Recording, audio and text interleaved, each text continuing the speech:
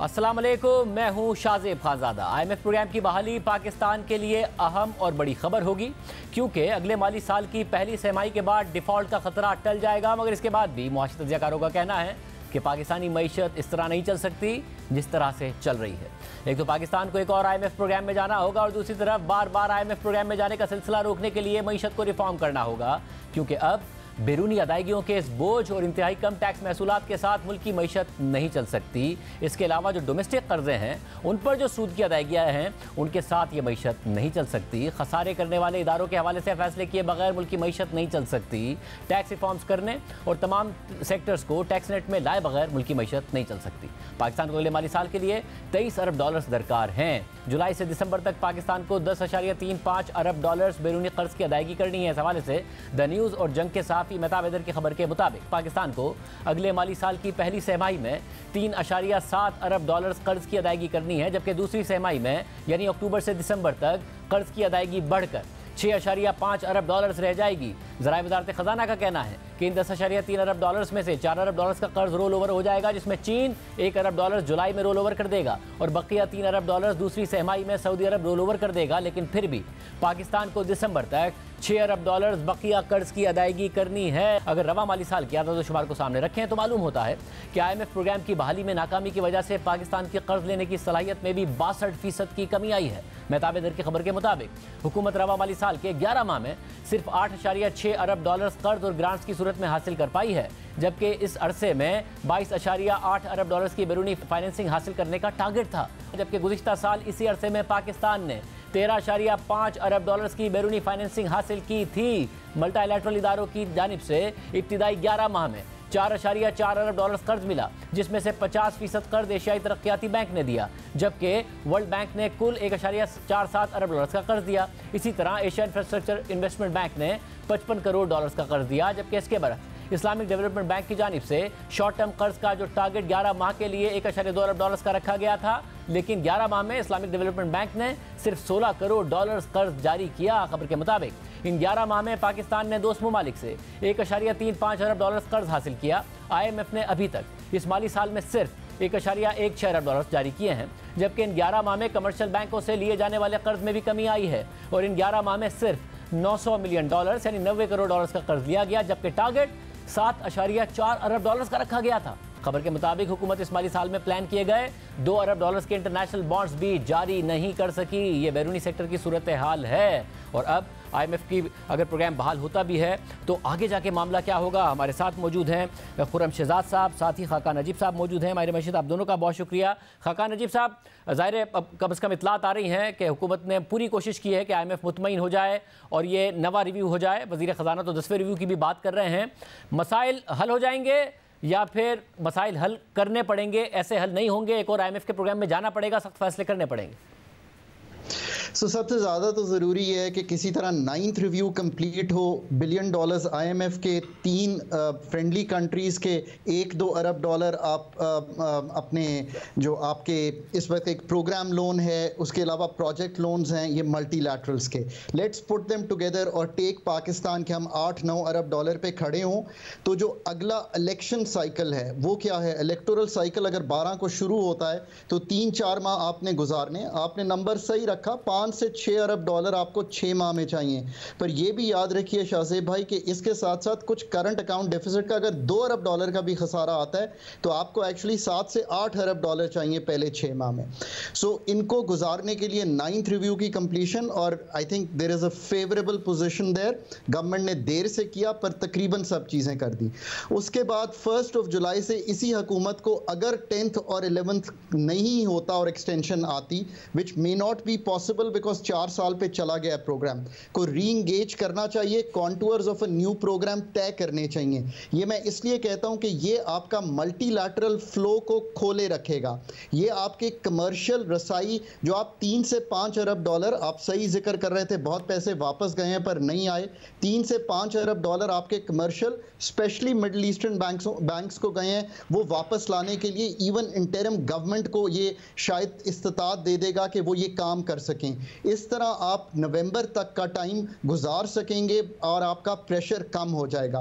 Come November contours of a new programme तय होने चाहिए आपके पास, और पाकिस्तान अगर उस वक्त जिस भी ज़र मुबादला के ज़खायर पे खड़ा हो, 23 अरब डॉलर अगले साल में आपने जमा करने हैं। उसमें से 13 अरब अगर आप रीप्रोफाइल करवा भी लेते हैं, वो आगे चले जाते हैं, 10 अरब नेट प्लस 6 अरब का खसारा, 16 अरब डॉलर आप बगैर IMF के जमा नहीं कर पाएंगे। One should be very very clear on this. और नए प्रोग्राम में जिस तरह कभी पहले डिले होता रहा है, डिले नहीं होना चाहिए। फौरी तौर पे नई government should take a 4 year programme, 10 से 12 अरब डॉलर का प्रोग्राम हो, ताकि ये जो रोज़ रोज़ की कशमकश है इसमें से मुल्क को निकालें।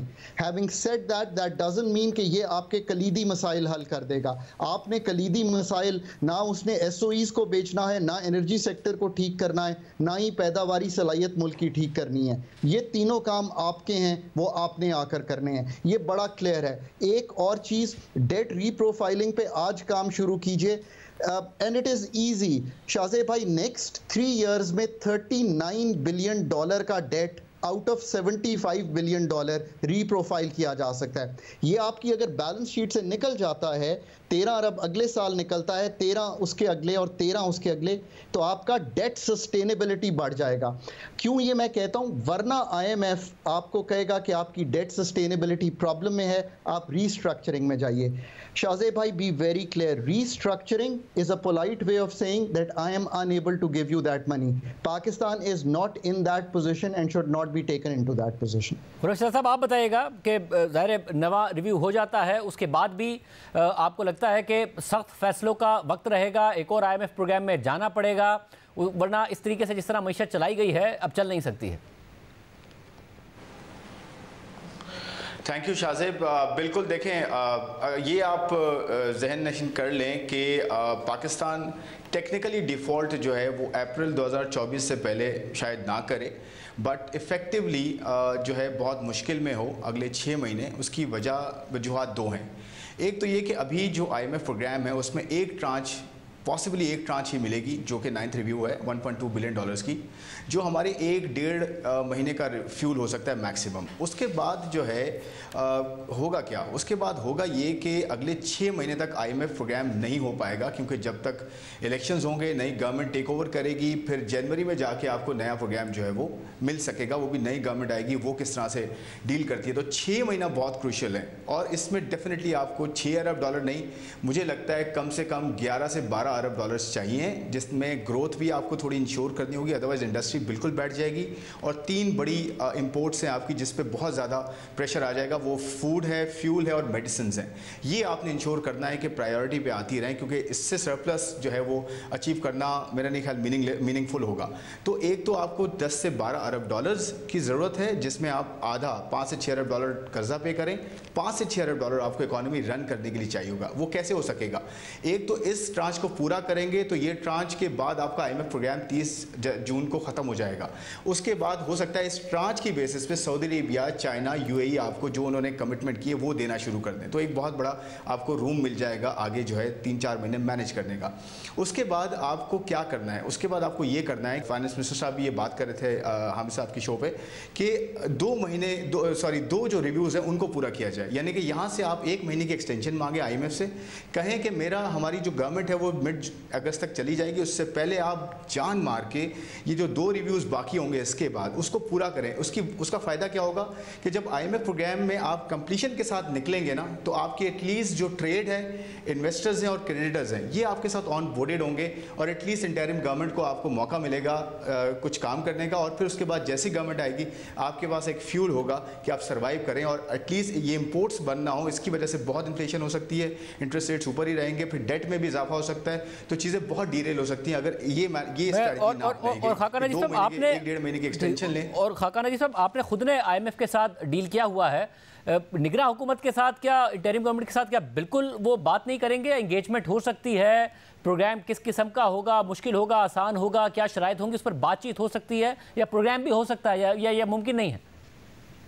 सो कॉन्टूर्स ऑफ अ प्रोग्राम जो है वो बिल्कुल डिस्कस हो सकते हैं। फाइनेंस डिवीजन की टीम तो वही है ना जी जिसने पॉलिटिकल सेटअप को भी असिस्ट करना है, और वही टीम असिस्ट कर रही होगी आपके जो इंटरिम सेटअप है। कॉन्टूर्स ऑफ अ प्रोग्राम बिल्कुल तय हो सकते हैं, और एक लार्जली एक क्या MEFP की शक्ल होगी ताकि दोनों साइड्स क्लियर हों।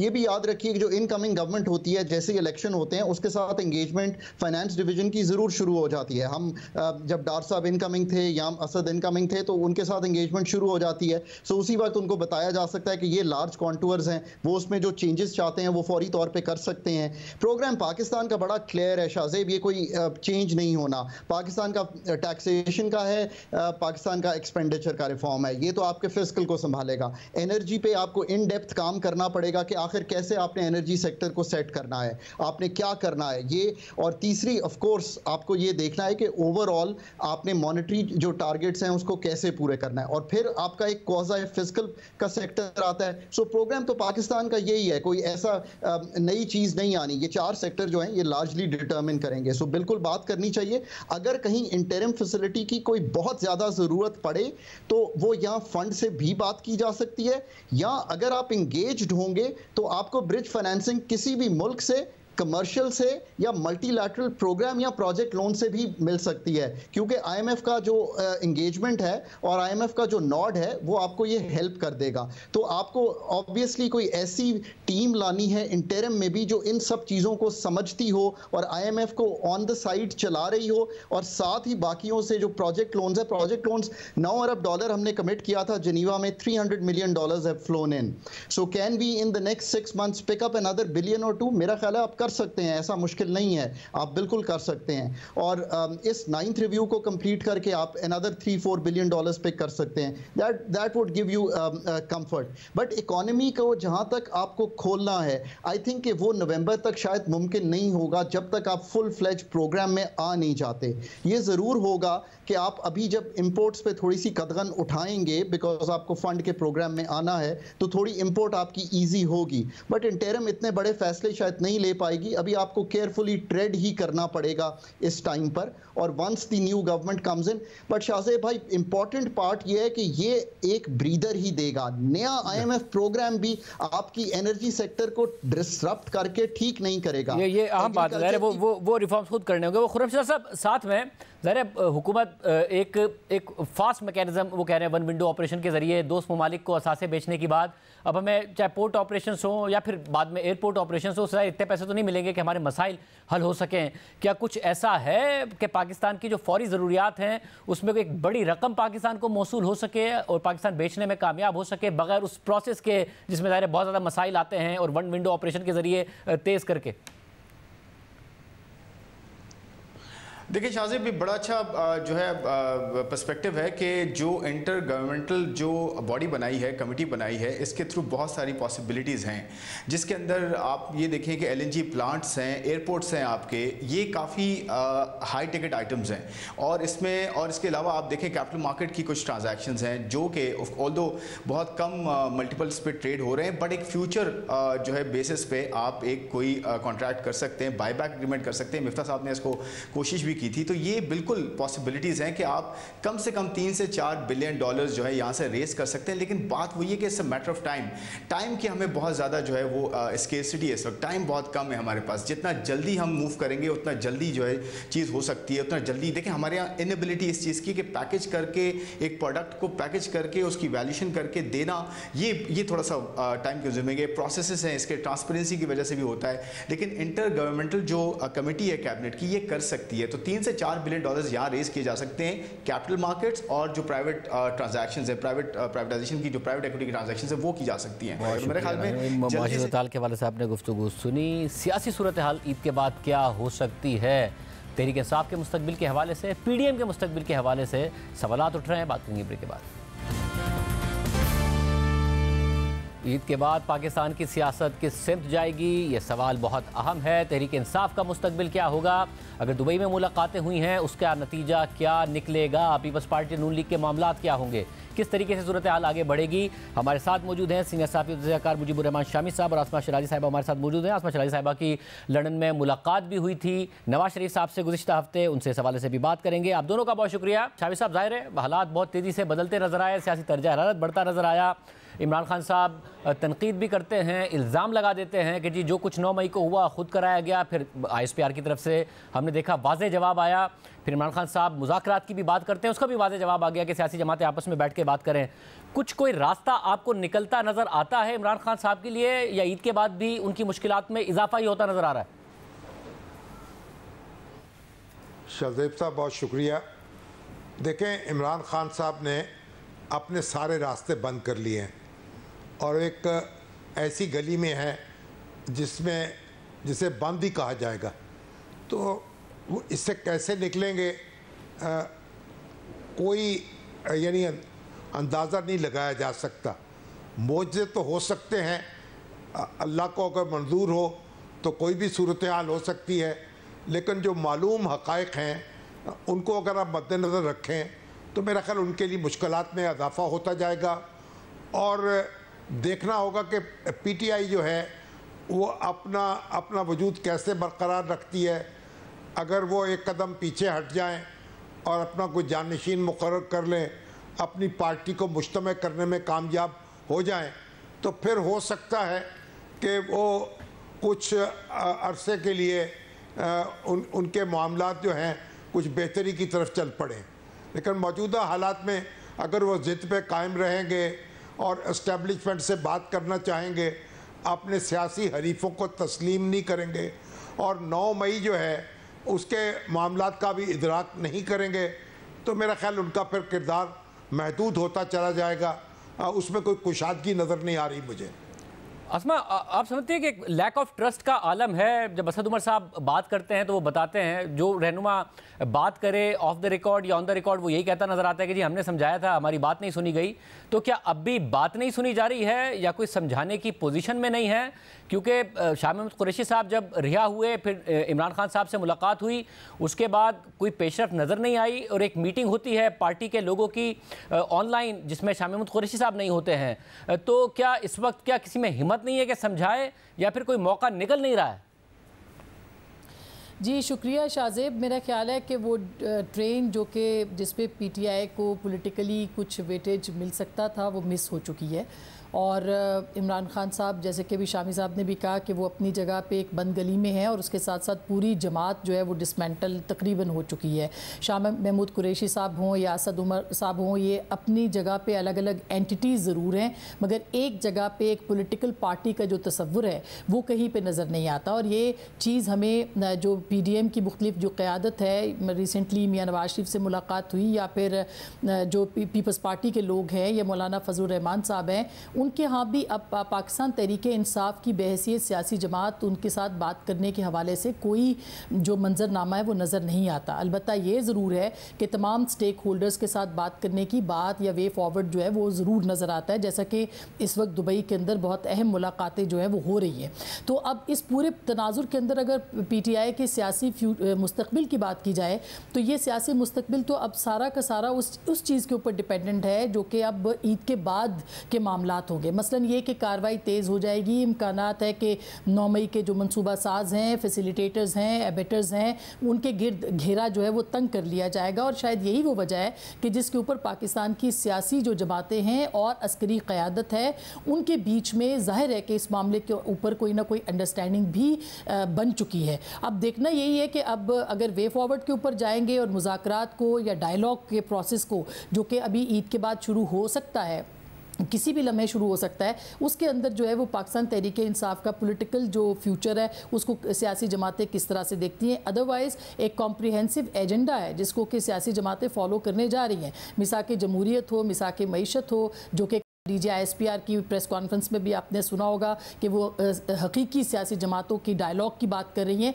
तो उनके नज़दीक भी शायद हकीकी सियासी जमातें वही हैं जो कि इस वक्त इक़्तिदार में हैं, या तहरीक इंसाफ के वो लोग जिनका कि पॉलिटिकल वेटेज ज़रूर है, लेकिन इमरान खान साहब जो हैं वो अभी तक अपने इख्तियारात अपने पास रखे हुए हैं, ना वो पार्टी को बचा पा रहे हैं और ना ही पार्टी को बना पा रहे हैं। तो मेरा ख्याल है कि शाह महमूद कुरैशी साहब जो फार्मूला लेके गए थे उस पर कान नहीं धरे इमरान खान साहब ने, जिसके बाद सिचुएशन ये है कि अब हवा में मुअल्लक है ये जमात और इसका कोई फ्यूचर जो है ताहाल, कल का क्या होगा कोई पता नहीं है, लेकिन ताहाल नज़र नहीं आता। मगर शामी साहब, 9 मई के वाक़यात से पहले इमरान खान साहब की एक जर्नलिस्ट से मुलाकात हुई और जब उनसे कहा गया कि जी आपके अब इख्तलाफात इतने ज़्यादा हो गए हैं कि आप ऑप्शन नहीं है, तो उन्होंने ये कहा कि जी इस्टेब्लिशमेंट के ऑप्शंस बदलते रहते हैं, कभी कोई ऑप्शन होता है, कभी वो अपने प्लान बी पर चले जाते हैं, ये भी बदल जाएगा मामला। और ज़ाहिर है वो हिस्ट्री की मिसाल दे रहे थे जिसमें नवाज शरीफ साहब हों, दीगर रहनुमा हों। आपके ख्याल में 9 मई के बाद कुछ ऐसा हो गया है कि ऑप्शन बन ही नहीं सकते हैं खान साहब, या सूरत हाल ऐसी है कि जो खान साहब को लगता है कि मैं इतना पॉपुलर हूं कि लोग मुझे छोड़ते जाएं, मैं जिसको वोट दूंगा, मैं जेल भी चला गया तो मैं जिसको टिकट दूंगा उसी को वोट पड़ रहा होगा, तो इसलिए मामला आखिर में मुझसे तय होंगे? देखिए, खान साहब बहुत सी खुशफहमी या गलत फहमी का शिकार रहे हैं और वो उससे निकल नहीं पा रहे। देखें, ये तो दुरुस्त है कि एस्टेब्लिशमेंट जो है उसका रवैया बदलता रहता है, लेकिन उसमें फिर बरसों लग जाते हैं।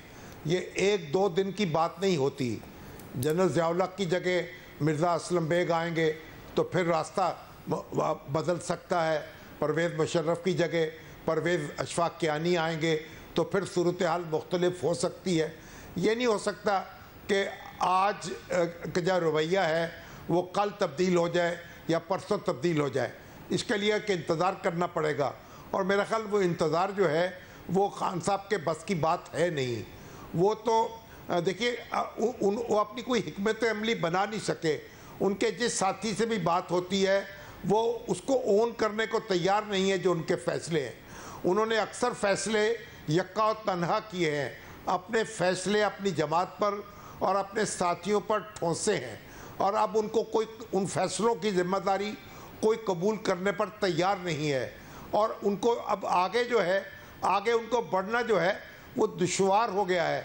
वो अगर ये दुरुस्त है कि उनके वोटर्स जो हैं उनका एक हल्का उनसे जुड़ा हुआ है और उनके फैंस जो हैं वो अब भी देखने में आते हैं, लेकिन वो कोई तब्दीली ला सकें, वो कोई हालात को बदल सकें, ये बहुत एक दूर की बात है। लेकिन असल बात यह है कि जितना भी उनका हल्का असर मौजूद है उसको वो किस तरीके से मुनज़्ज़म रखेंगे, किस तरीके से मौसर रखेंगे। अभी तो जो लगता है कि वो चीज़ों को बखेरते चले जा रहे हैं। फ़लसफ़ी को बहस के अंदर खुदा मिलता नहीं, डोर को सुलझा रहा है और सिरा मिलता नहीं। आसमा साहब, मगर इस सब में जो PDM है, ज़ाहिर है नवाज शरीफ साहब हों, वो पाकिस्तान तो नहीं आते हैं मगर दुबई चले जाते हैं, कभी सऊदी अरब कभी यूरोप के ट्रिप पर चले जाते हैं, भाई की उनकी हुकूमत है, मगर जो फिर दुबई में मिलना, बिलावल भुट्टो ज़रदारी साहब का वहाँ होना, मरियम नवाज साहिबा का वहाँ होना, क्या PDM की भी सारी स्ट्रैटेजी इसी गिर्द घूमती है कि माइनस इमरान हो जाएगा, उसके बाद हमने आगे कैसे बढ़ना है, क्या सीट एडजस्टमेंट करनी है, क्या मामलात करने हैं, परफॉर्मेंस की बुनियाद पर या बाकायदा मेहनत करके इलेक्शन लड़ने की तरफ फोकस है इनका? जी बिल्कुल, आपकी बात दुरुस्त है कि मेरा नहीं ख्याल कि कोई PDM की गवर्नमेंट या PMLN और पीपल्स पार्टी इस बात के ऊपर भरोसा किए हुए हैं कि इमरान खान साहब को वो ख़ुद उनका जो भी मुस्तकबिल होगा उसकी अपनी एक पॉलिटिकल स्ट्रेटजी के साथ उसके साथ मुकाबला करें। इसी बात के ऊपर भरोसा उनका है कि 16 सितंबर के बाद शायद हालात बदल जाएंगे, इमरान खान साहब जो हैं वो उनके साथ भी वही होगा जो कि पहले सियासतदानों के साथ होता रहा है। लेकिन इसके साथ साथ जो दिलचस्प बात है वो ये है कि ऐसी सूरत में जिस बात के ऊपर बात की जा रही है, ये जो एजेंडा सेटिंग नज़र आ रही है पाकिस्तान पीपल्स पार्टी की और PMLN की, ख़ास करके इन दो जमातों की, उसके अंदर इमरान खान पे फोकस नहीं है इस वक्त। वो सारा फोकस ये है कि अगले इंतखाबात अगर होने हैं तो वो किस तरह से होने हैं, और अगर नहीं होने हैं तो उसको कैसे कंटिन्यू करना है। और डायलॉग के हवाले से मैंने मियाँ साहब से ये बात पूछी थी कि आपका क्या ख्याल है कि बातचीत के बगैर और तमाम सियासतदानों की और इंक्लूसिव बातचीत के बगैर आप कैसे आगे आगे बढ़ सकते हैं। तो उनका ये कहना था कि डायलॉग के ज़रिए से, जिसका कि हम आगाज़ करने जा रहे हैं, और पार्लियामेंट के प्लेटफॉर्म से ऊपर इसका आगाज़ होगा, जिसमें कि तमाम स्टेक होल्डर्स जो हैं वो बैठेंगे। और 16 सितंबर से पहले ये मुमकिन नज़र नहीं आता, क्योंकि इस वक्त जो सूरत हाल है उसमें सुप्रीम कोर्ट किसी भी तरह की जो डायलॉग है उसके अंदर शरीक नहीं होगी, जबकि सुप्रीम कोर्ट के होते हुए या उसके बगैर जो है वो ये डायलॉग आगे नहीं बढ़ सकता। तो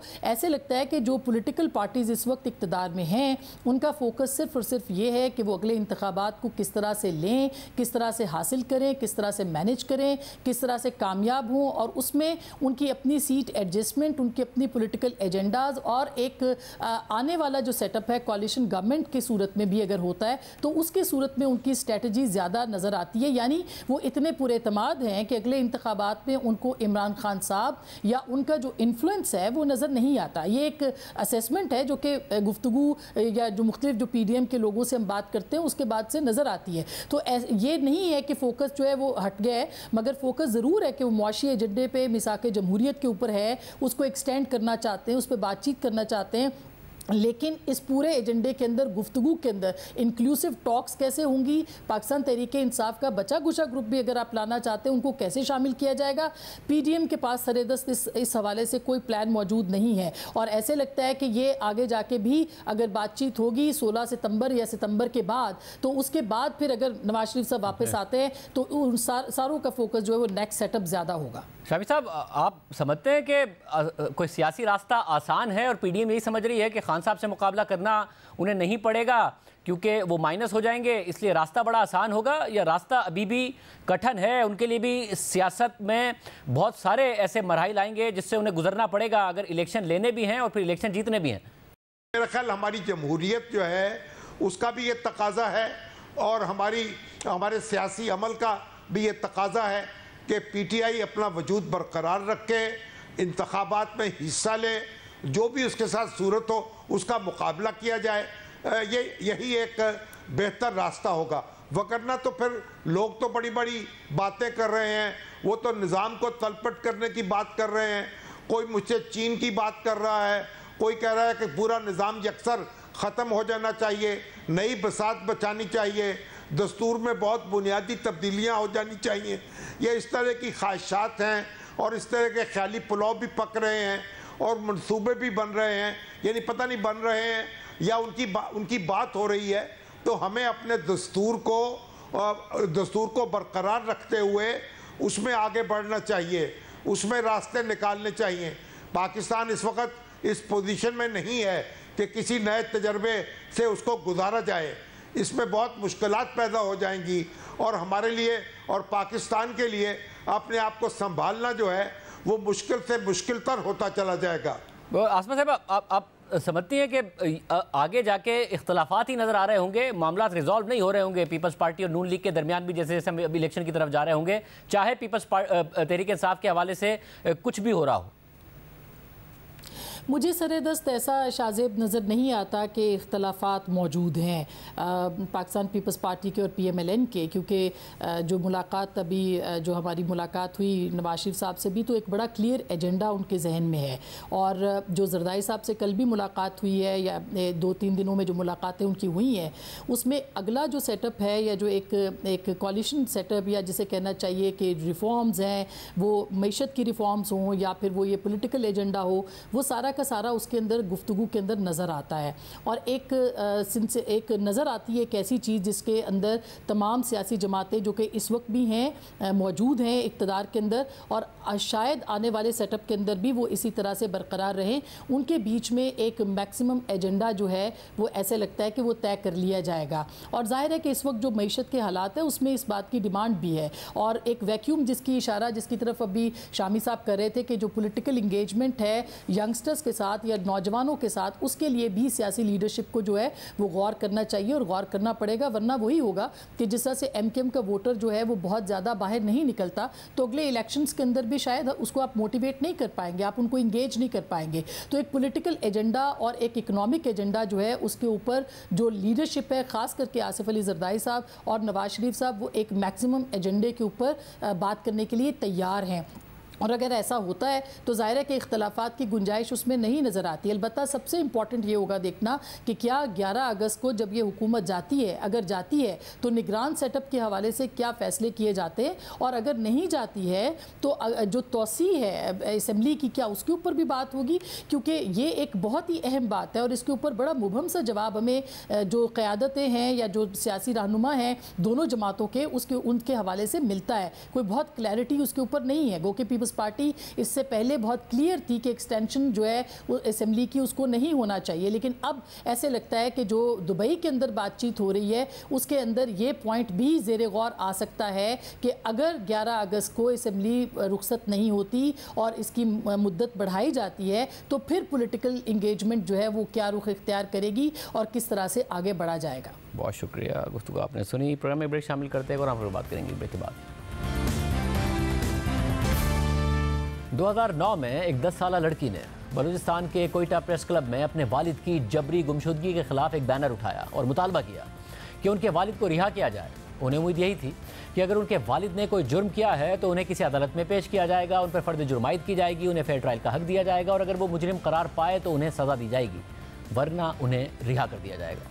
लेकिन ऐसा कुछ भी नहीं हुआ और 2009 से लेकर 2023 तक वो लड़की हर साल अपने वालिद की रिहाई का बैनर उठाती रही। हुकूमतें आती और जाती रहीं, किसी ने दिलासे दिए तो किसी ने वादे किए, और वो 10 साल की लड़की जिसका नाम समीदीन बलोच है अब 24 साल की हो गई है।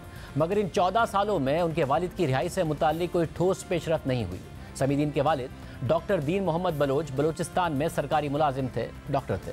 28 जून 2009 जब डॉक्टर दीन मोहम्मद बलोच खुजदार के इलाके और नाच के एक सरकारी अस्पताल में नाइट ड्यूटी पर थे तो इसी दौरान उन्हें सादा कपड़ों में मुसल्लह अफराद जबरी तौर पर उठाकर ले गए और आज तक उनसे मुताल्लिक कोई खबर नहीं आई है। समीदीन के ख़ानदान ने हुकूमती इदारों से लेकर रियासती इदारों तक हर दरवाजे पर दस्तक दी, हर कमीशन और कमेटी के सामने पेश हुए और ये मुतालबा किया कि अगर उनके वालिद ने कोई जुर्म किया है तो वो जुर्म साबित करके उन्हें सज़ा दी जाए, लेकिन उन्हें मंजर आम पर तो लाया जाए। अगर वो ज़िंदा नहीं हैं तो कम से कम उनकी मौत की ही खबर दे दी जाए ताकि वो अपनी उम्मीद ख़त्म कर दें।